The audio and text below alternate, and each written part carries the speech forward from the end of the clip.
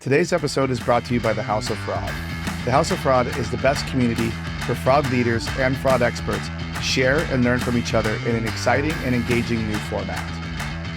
In addition to our discussion community and the incredible fraud jobs board, the House of Fraud has 7 completely original series, like Building a Suit of Armor to Protect Your Business from Fraud with Alexander Hall, Rant Time with yours truly, where raw fraud truth meets practical solutions, Fraud Stories in Real Life with Brian Davis, where fraud experts share their most pivotal moments of their careers, and even a completely unscripted fraud chat with all 3 of us that you never know where it's going to go. Come see what hundreds of your fraud-fighting friends already know by using the link in the description below to get your very own membership to the community, because no one goes to school for fighting fraud. I'll see you in there.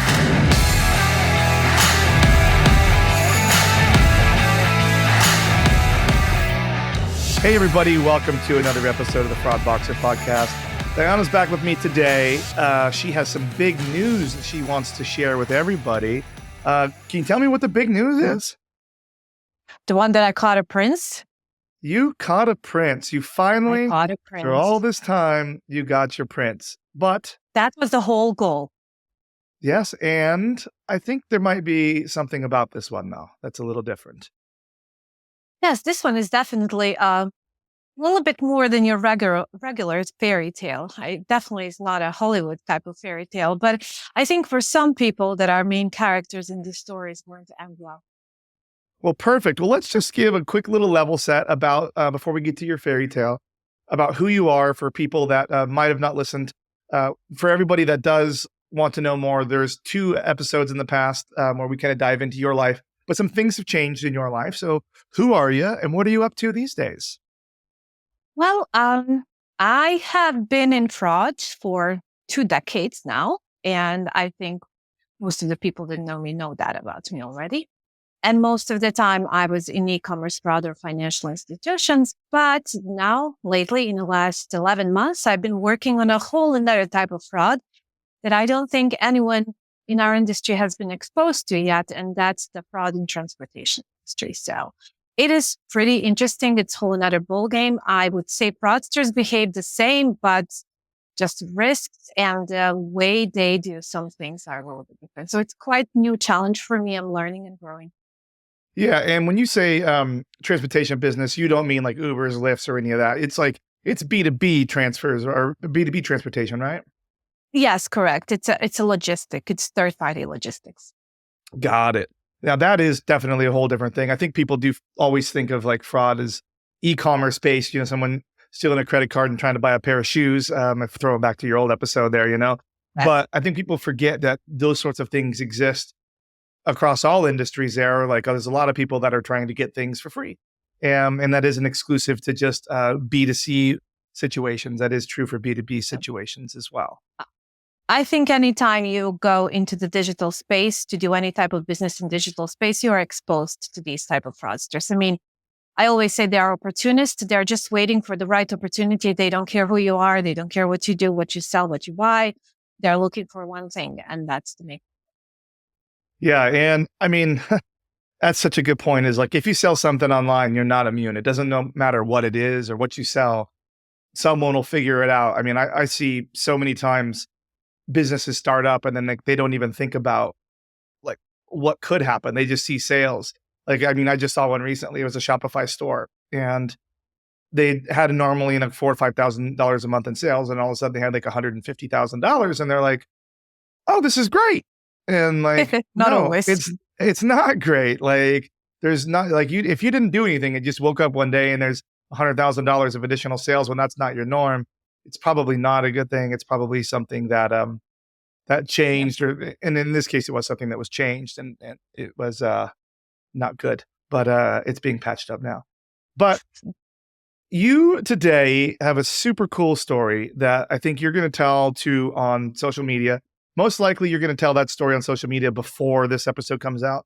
This episode will be coming out in the month of April 2024. So some people might have read that, but for people that haven't read that story, I would love it if you would tell me the story about exactly who your prince is and how you came to know this prince. And let's just recount that. I have purposely not read through your whole story that you have typed out, which I pushed you really hard to put the story up there, but Yeah, that was you mostly did. for memory. Yeah, and that was mostly for memory purposes, so we can make sure we have all the little nuanced details on this. But tell us about this prince and how this came to be. So if we could go all the way back to the beginning, what happened? Absolutely.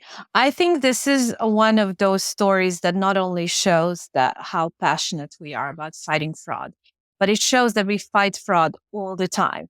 Because this isn't something that I've done as a part of my work. This isn't something I've done um, during my regular normal business hours. This is something that I've done over the weekend, that I've done completely outside of what my regular job responsibilities are.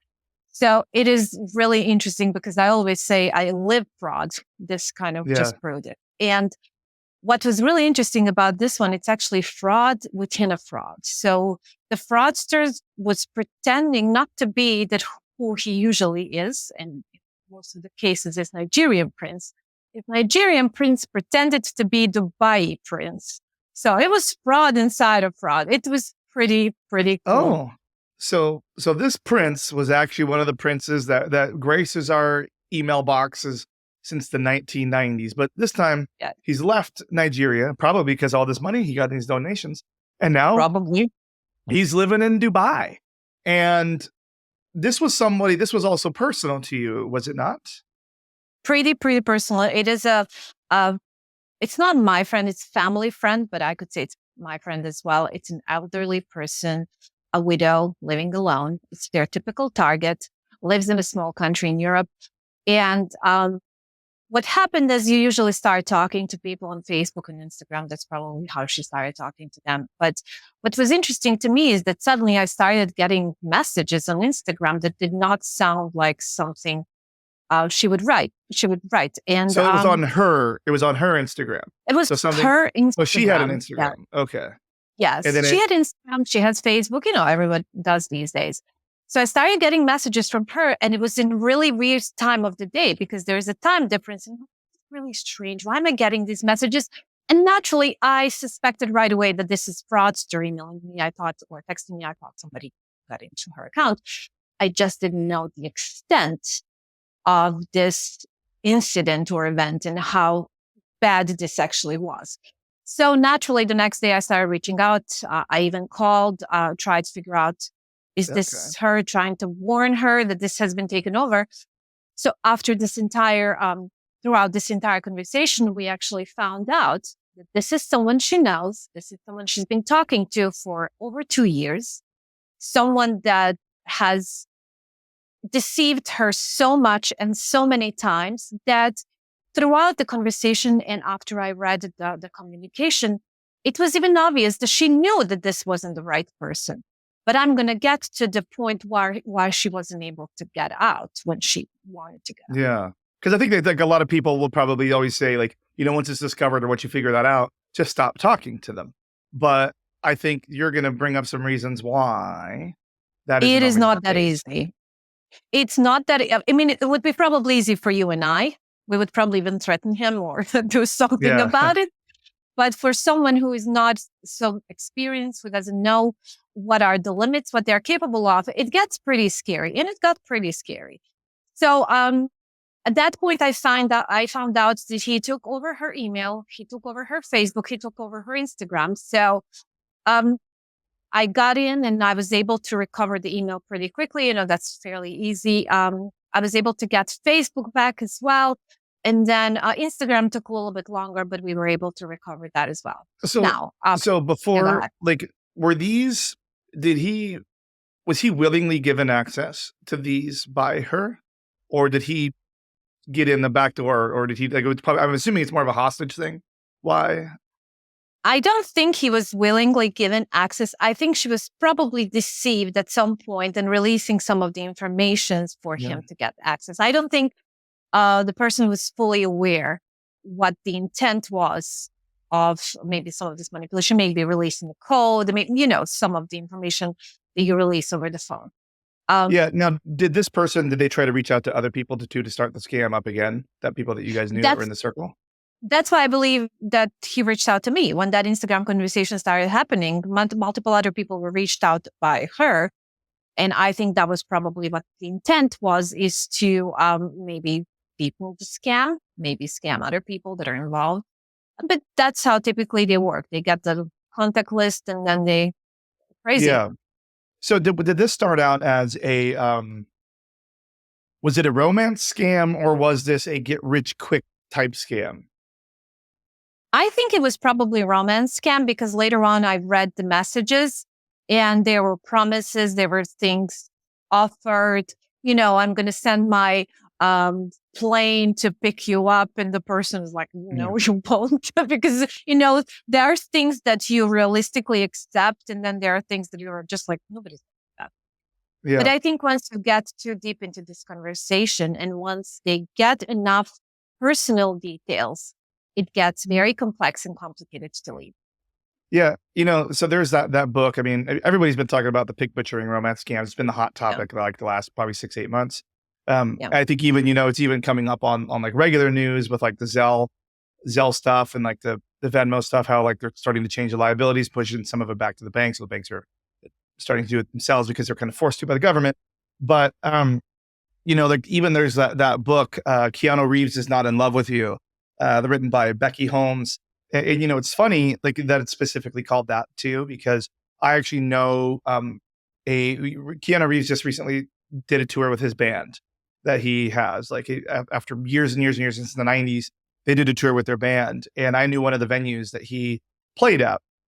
And I'm friends with the people that own that particular venue. And they were telling me that multiple people showed up at that venue without tickets, saying that they're in a relationship with Keanu Reeves and that they just need to talk to him real quick and he'll get it sorted out and tell them who he is.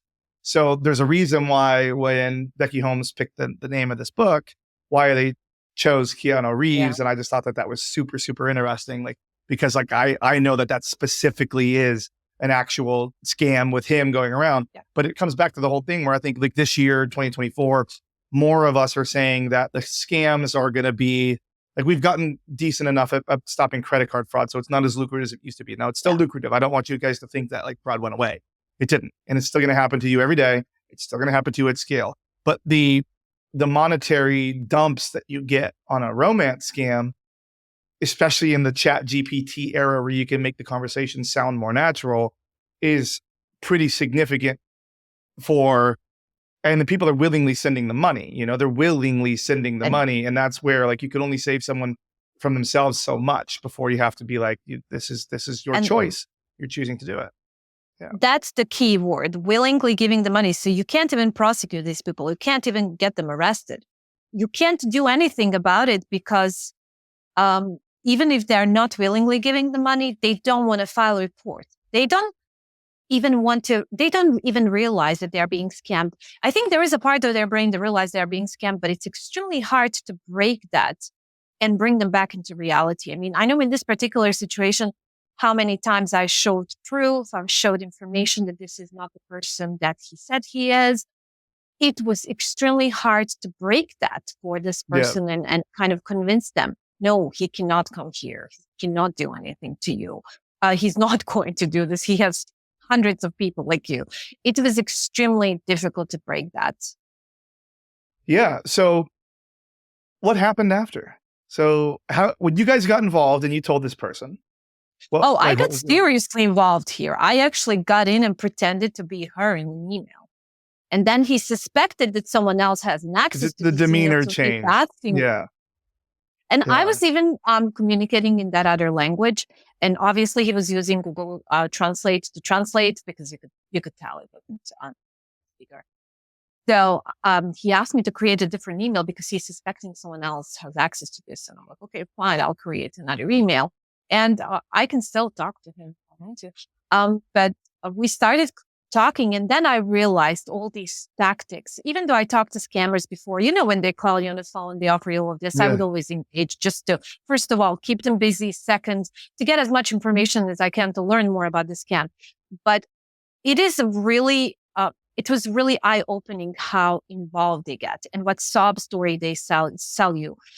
Parents angry at me. Child is sick. It needs surgery. I sold everything that I have. It was all Yep. kinds of information. Um, and then he continuously asked, where are you? Where do you live? Who are your friends? Asking for these names in a very subtle way, not in the same email, but maybe one email, then 3, 4 emails later, again, asking the same question, obviously to find out more detailed information, which he can hold against you, can possibly threaten you. And I can see why people get fairly scared and think it's impossible to get out. But another interesting thing I noticed is there were several different email threads. When you're emailing with someone back and forth, you're not going to open another email. But it became quite obvious that there is way more than one person involved here. Okay. Way more, because the way they talk, the way they respond. Sometimes you have a full conversation back and forth with someone, and then someone else just sends whole another email with the same email address, but it starts the new conversation. So it was quite obvious that there were at least 4 or 5 different people I was talking to. Super interesting. So, how long? So you said it's been going on with her for a couple of years. So 2 questions I have is like, was there multiple sets of money that was sent, or was it all one big lump sum? No, I think there were multiple sets. I think probably 3 or 4 different times that money was sent via direct deposit. Do you feel any comfort at all saying any of the amounts, just so people have an idea? I was told, and when I went back through the previous conversation, I was able to add it up to about 2,000. 2,000 US dollars. Yeah. Euros, Oh, because euros. this is Okay. in here. I do have to point out that this may not seem like a lot of money for us. For me, it is. But for that country, this is a lot of money. This is probably way more than someone's annual salary. Oh, wow. So it is a lot of money. But it was sent in multiple different ways, direct deposit through bank, some money apps, Western Unions. Interesting. So you got involved. How long were you involved in the process? For about 3 weeks altogether. Because I am known not to be a very patient person, so I didn't really to waste too much time. As soon as I found this out, I started a conversation with him. I reached out to everyone and anyone. I even reached out to you and said, "Hey, You do you did. know someone who can help me?" So I reached out almost to everyone in my Facebook. I'm sorry, not Facebook, in LinkedIn. Your Anyone that I LinkedIn. thought could give me. I used my connections to the full extent because he sent the IBAN number to her to send money. I knew what the bank this was. I knew where the bank was located. So I was actually able to reach out to the fraud manager of that bank, which was extremely helpful. That was within a couple of days. Okay. I reached out to Interpol. I reached out to FBI. I reached out to local police. So I reached out absolutely to everyone and anyone, Western Union, everyone and anyone I possibly could sharing this information. So who, of all those people that you just mentioned, like let's start with Interpol, for example. Were you able to get any response or any traction there at all? Yes, actually, one of my connections, yes, they actually responded. They were not able to do much until I had the official police report to the local law enforcement, but they were able to help. The local in that country? Yeah. Local in that country, yes. I did instruct this person to go immediately and file a police report. I actually reached out via email, and this country luckily has some type of initiative about protecting individuals against romance scam. So I reached out to that association. They helped me and directed me where to go. I mean, I reached out absolutely to everyone I could possibly think of. And keep in mind, I do this. So I'm kind of comfortable reaching out to people. I'm comfortable saying what I need to say. Imagine if you do not, it would be extremely difficult for an individual to get through and get some type of help. So I reached out to actually one of my friends, that is fellow fraud fighter, gave me the name and connection in Interpol. I reached out. They directed me to law enforcement. They said as soon as they have the information, they will be able to start an investigation on their end. So I did that. The bank was the most helpful. They actually found, using the this number he sent us, they were able to find 3 or 4 different accounts connected to that individual. And now we know this is not Prince of Dubai. This is someone who lives in Italy, actually. And it's someone of Oh, Nigerian descent. So they so found he'd only made it as far as Italy. He hadn't even got all the way to Dubai. So no. Well, you never know. With all the money he is getting, he may get to Dubai as well. But they froze his account, and they said that they will be able to start working on reimbursement. But of course, they also need. So it took a while to get that done. We did file a police report. Police actually did call me, so I was assisting them over the phone to make sure that they cover everything they need to cover, make sure that we have right amounts. And now, fast forward maybe a week and a half, almost 2 weeks later, bank is texting me back and saying, "Hey, he's here. What do we do?" he's literally So went there? he showed up at the branch, Probably which because they was froze. good Did they info freeze his accounts? because they froze all of his accounts, which was the good info for me because we now had the video, we had the picture, we knew now who he was. Um, I knew that this is not going to go anywhere as far as arrest, but you know what? Sometimes it may. And this information may be helpful for Interpol or for FBI later in the future that we have. But yes, he showed up there. But once the police report was filed, the accounts remained frozen and he wasn't able to get all of that Did back. the All of bank that. tell you what they did with him when he was there, like when he was physically there? Like, No, bank didn't really release too many information. And they just released what they could, which I completely understood. And I did not want to press or push for additional questions, yeah, for additional information either, because I respect everything that they were doing for us. So, yeah, I did not want to ask too much. But he actually showed up twice. First time when they froze his account. Second time when we start doing the reimbursement requests. I think he showed up second. so were you able to get the money back yet? Actually, yes, we got all of the money back that she sent.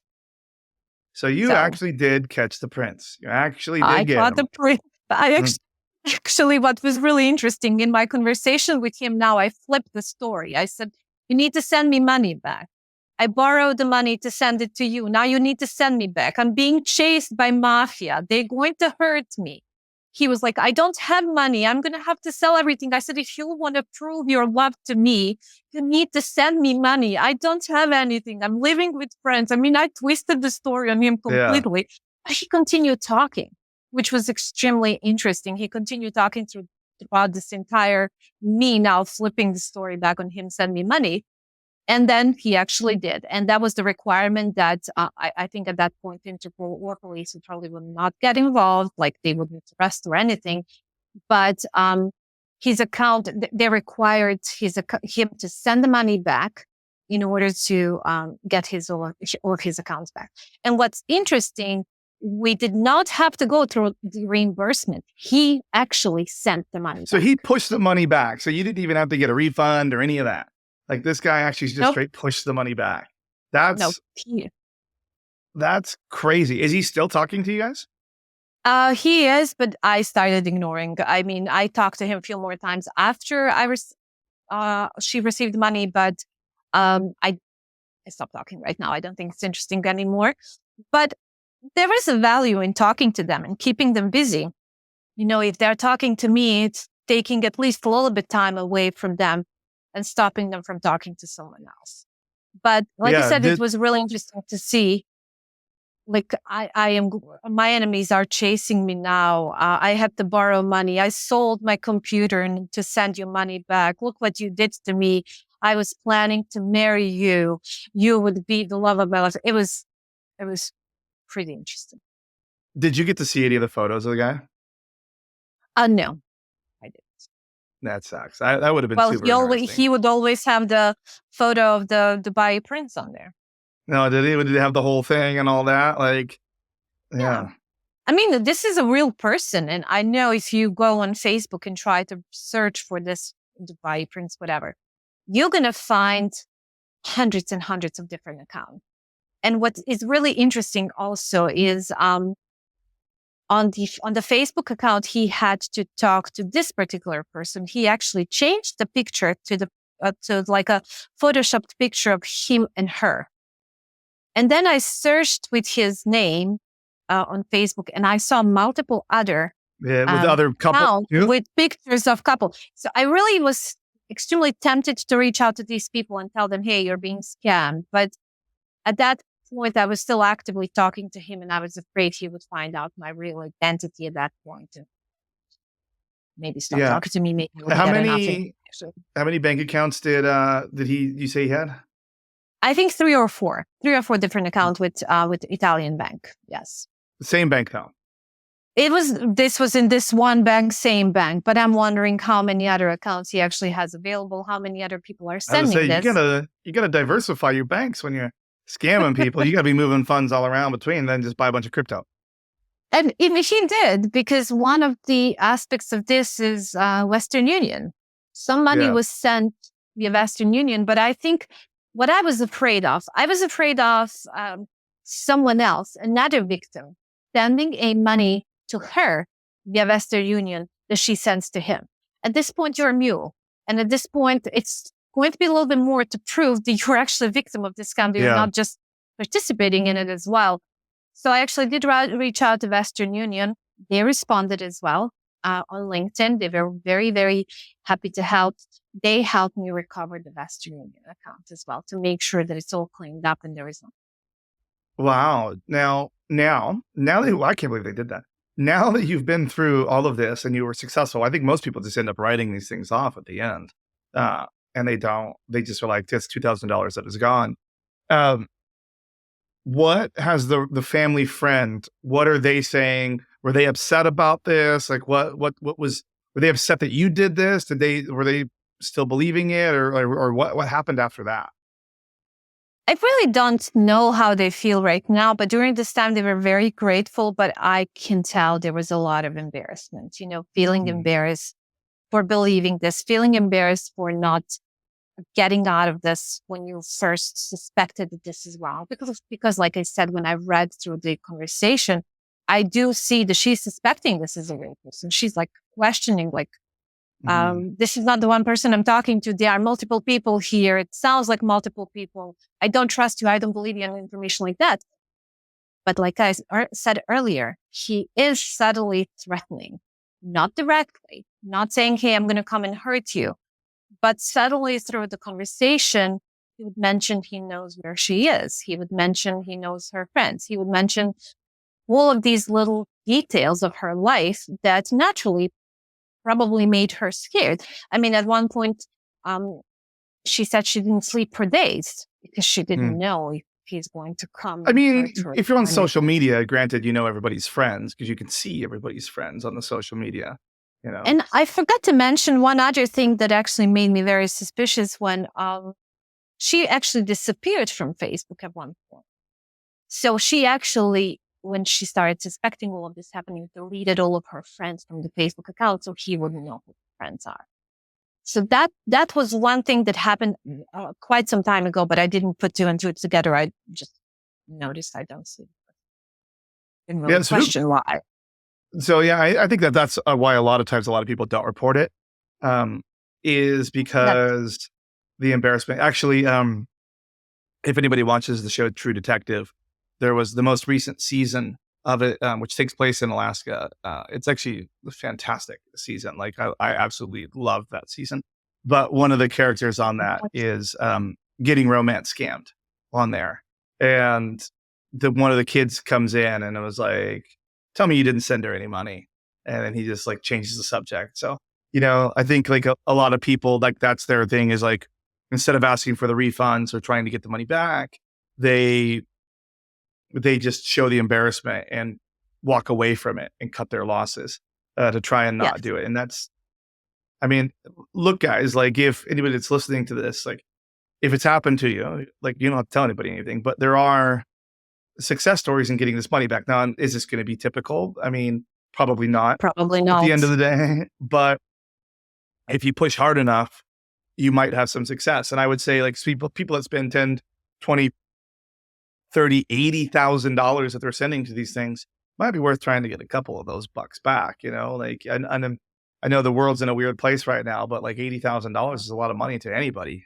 these days. Absolutely. So, Absolutely. yeah. You're absolutely right. Embarrassment is definitely a factor why people are not reporting this. And I know other people who were scammed, and I received numerous calls from these scammers in the past, and they're so good.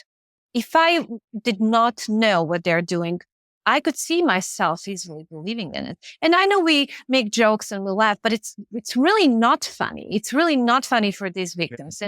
And I was on the call with this person in police when she was filing police report, and even they were joking. I think they were trying to kind of lighten the mood there, and they were joking. And at one point I had to say, you know what? I think she had enough. We need to stop joking. Yeah.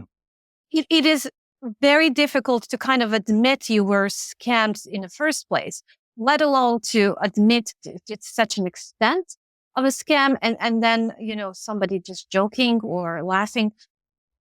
It's not difficult and definitely not helping. And I do have to admit, when I was watching one of those Netflix shows, I can't even remember the name, shaming Probably the victim, blaming them, I think Emily the criminal, probably, or something like that. one of those, I don't know. I was always thinking, like, how can you be so, for the lack of better words, stupid and naive? Why would you do that?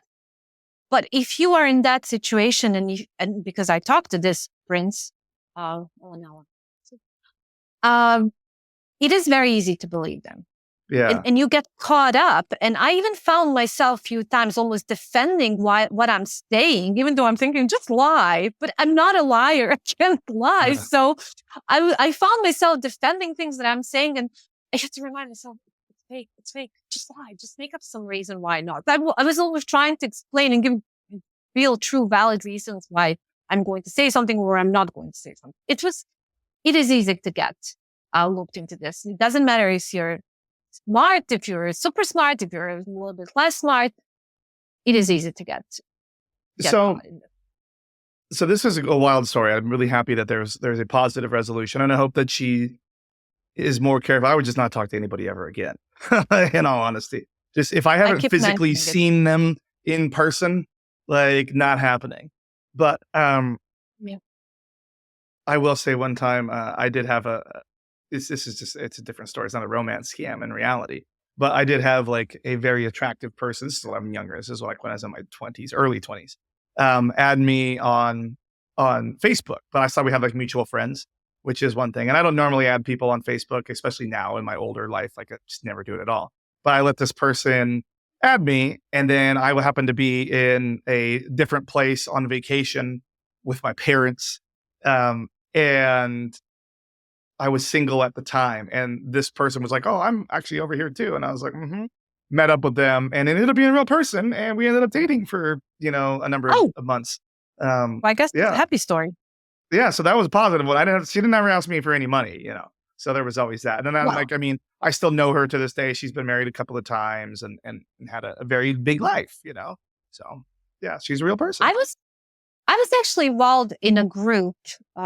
Actually, I was following the famous person from Serbia. I'm from Serbia originally. So I was following this person, and suddenly there was a conversation in the group how one of his friends is sick and he needs money. And I swear I believed him because I was following this person for so long. Yeah. That this was actually his true account. It wasn't his account, but someone who was also following him started a Facebook chat around helping someone else. And this other person was truly sick. He was truly in a hospital. Someone just saw the opportunity to collect some money, the name of this famous person. So, of course, naturally, I believed that this was true. And I mean, this conversation went on for a couple of weeks. Somebody believed it. Some people did not. I was almost saying, like, you know what? If you need money, I'll just give money. I don't care if it's true or if it's not. I can do what I can do. But I didn't end up giving anything. And I think this was one of those cases of deep fake because person who was truly believing in this, she actually sent me a message later on. And she says, I talked to him on the phone and it is him. I saw him. I heard him. Doing the voice manipulation. Yeah. But I did not send any money just because I don't just randomly send money. over Facebook to Yeah, anyone. I don't send money to anybody. But That's always that for me. but what I'm trying to say is like I believe that this was a true charity event. I believe that this was a true situation. If I am going to send money, I'm going to probably send money to someone I know and ask them to donate. In Serbia, that's how I do. But I was part of this conversation for a few weeks and I believed it. I believed it and it turned out to be. And I do this 24/7. So it is easy Yeah. to believe. But what I did learn from all of this, first, a lot of people on LinkedIn talk about pig butchering scams and write all kinds of weird posts. But when I reached out to them for help, I didn't They were even not get helpful. Yeah. not at all. They didn't even respond. And I'm thinking maybe I'm not the only person who's reaching out to them. Maybe it's not that visible. I'm trying to give them benefit of the doubt, but this was a real live case. I think we all could have learned a lot um, It would from have been it. And cool to like, yeah, have all these people because like you see, I know some of the people that you talk about, and I told you one specifically, just that person was a little more easy aggressive on the things that they do. he responded, He did. actually. Yeah, he did. And he directed me to the right police department in Nigeria, but the person wasn't in Nigeria. Yeah, So so they he was couldn't do a whole helpful. There lot. were some other people that like maybe like again, I'm thinking maybe they're busy or something. But we all could have learned from this. And maybe I didn't even follow the right steps. Maybe there was something else I could have gotten from this scammer if I just knew right things to ask and right questions to ask. So Or I don't, maybe you were the first person to do it the right way, and all the people that have been posting about it maybe haven't been taking the right steps with their advice. Which there is some people that do like look. A lot of people get a lot of information from a lot of sources, oh and yeah, that's where they come up with their content, and that's fine. That's how a lot of articles are written, books are written. Like those people that write books of course. aren't living it firsthand, but there is a certain amount of authenticity that comes from people who experience these things in real life firsthand versus telling generalities third hand. So, I mean, there's always that too. And I'm not saying like everybody has to know somebody that got pig butchered or been a victim themselves in order to figure out the right Yeah. steps. But I would say that there's a certain Totally. amount of knowledge that comes with, then I did this and this was successful. Because next time, if you ever have it happen, next time or know somebody, you can kind of skip some of the steps that didn't work. Like the FBI was probably fucking useless. So Actually, they called me back. that's They more did than I call me. expected them to do. Well, I do have to say in my current position, I do have direct contact with them because that the fraud that happens right now is like a whole another ball game. So maybe that's why, but I did get to call back and they did direct me how to fill out some reports. They have right information, but because this was happening in Europe, there wasn't much they could do. So I do have to say, Interpol, FBI, bank was the most helpful. Western Union, few people that I talked to, you and the person you recommended, a few more, were very helpful. Some, not really, but I always say, you're right. There is a lot of books, a lot of articles were done just from people researching, but I don't think those people call themselves experts. But I do see that there are a lot of experts now in the space, not just in Mm-hmm. big butchering, but any fraud space in general, um, that claim to know everything. But when it comes down to doing it, they don't really know how to do I've it. seen And more people with SME and expert and yeah, well, consultant in their title than I've ever seen. And I would say about 75% of the time, I've never actually physically met them or seen them or know of them. But the people that I've worked with for 10, 15 years in this industry, like they just have their job and they just talk about regular stuff all day long. There's some really new people that are really, really green in our industry that will straight up yeah, put I've seen expert that. in their title. And I'm like, you're still a pup. Like you weren't here in Um, the old days. Like, yeah. Just but because I your really, automated tool caught it doesn't mean you know what you're talking about, I always say, and I don't think this is specific to fraud industry, but I always say there are people who can do it and there are people who can write about it. And I am the one That's who does it. I don't really know how to write about it well. Um, writing posts was never in my You strong. know what I found out is this is a good interesting thing since we started House of Fraud, Brian, Alexander, and I, mostly Brian, everybody. But I found out that I don't like to type out advice. I don't know why, but I feel really like when there was one I was doing today in House of Fraud where a guy was asking about like how to start up a fraud department from zero. Like his company had acquired a couple other companies and they were trying to spin up a new fraud team. Kind of don't want to know where he should start and all that.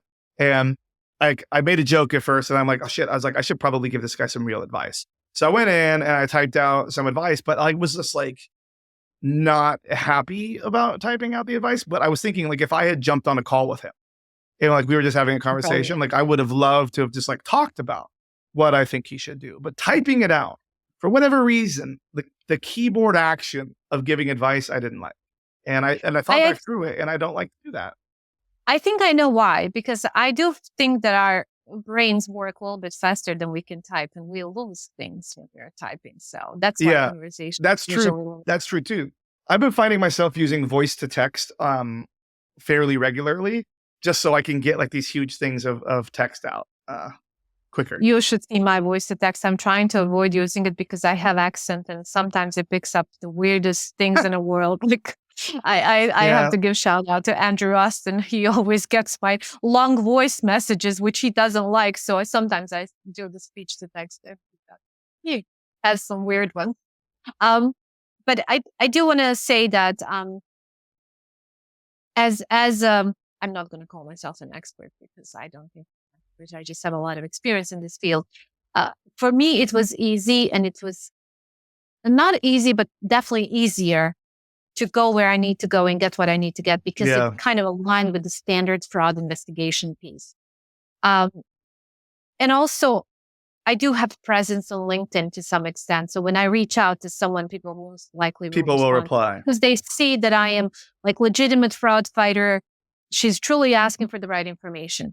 But if you're a victim, you're not on LinkedIn. And if you don't know anyone, what do you do? So I really feel that as a society, we really need to focus a little bit more on providing right help. I would say that there's these, especially in Los Angeles, at least, there's a lot more there's more campaigns even on the news in the evenings about scams and avoiding scams, how to spot scams, mostly put on by like the banks and stuff because they since they have to pay for it now, they have to be a little more concerned. But I mean, that's where I was going to ask, like, as we close this particular episode out, like, what do you think the answers are? Because the problem is you can put extra layers of authentication in front of everything. And if the person still powers through those, what can you do about that? Because at what point does the responsibility actually need to exist with the quote victim? Because if I am a bank and I put all these different layers in if I'm the sending bank, for example, let's start with that, the sending bank, and I have all these layers and like let's say even passkeys, which are unphishable tokens these days with biometrically authenticated. If someone biometrically authenticates and still sends us money, like. And let's say I go a step further and I've identified as the bank that this account that the money's being sent to is a known fraudster. And I pop up a message and says, do you still want to do this? Like, at what point do you save themselves? The only answer to that is not allowing that transfer to go through at all and saying, we know this account, we know this person, you are not going to send money because you are being scammed. Is that what we really have to come to on that? It probably is, huh? I think it may be because you are right. If bank does absolutely everything, and let's say if they warn you this is a scammer account and you still decide to move forward with it, maybe responsibility does have to be on you because you willingly did this with all information you have. But at the same time, I always say you use your bank's app, probably. I use my bank's app every day. Exactly. But you have people that don't use these apps, do not even understand these notifications they receive. They don't even understand alerts they see. And I'm sure that bank will never say, hey, are you sure you want to send this money? This is a scammer. They will probably use a different type of language because they can't say scammer, which may not be an indicator of anything suspicious to this person. So I really do feel while we're pushing everyone to use more apps and sites to do business with banks, we do have to take responsibility that a lot of people do not understand the dangers of it, do not understand Yeah. notifications you send them, do not understand that someone else can actually send you that push notification or call you and ask you for that PIN number. I do feel that there has to be more education. I know that education about and awareness of fraud is not always an answer, just because you can never teach everyone. And it doesn't matter even if you teach everyone, they will still do what they want to do. Yeah. But it has to be a start. So what I've done several years ago, and I kind of stopped doing it, but I'm going to pick up on that again. There is I'm not sure what this is called. Maybe we can find the right name, but the Agency for Protection of Elderly People. I reached out to them several years ago in an offer to do a class, to just do like a short presentation of what to believe, what not to believe. So I think all these experts and SMEs that we have right now, I think they should do that as well. Hey, donate an hour of your time. Yeah. And go do the short presentation for these groups and these associations. I like it. Hey, everybody that's listening to this with your ideas, I'd love to hear what your ideas are. Please put it in the comments below, wherever you see this, whether it be YouTube, LinkedIn, anywhere that allows comments. Wow. What a story. What a resolution. I love that. Yeah. So thank you for coming back on the show and sharing that. Thank you for having me. It's been a pleasure. Yeah. And everybody, like I said, please interact. Please add Dajana on there. Any ideas you have, we'll put some links to some more of the resources that she used on there.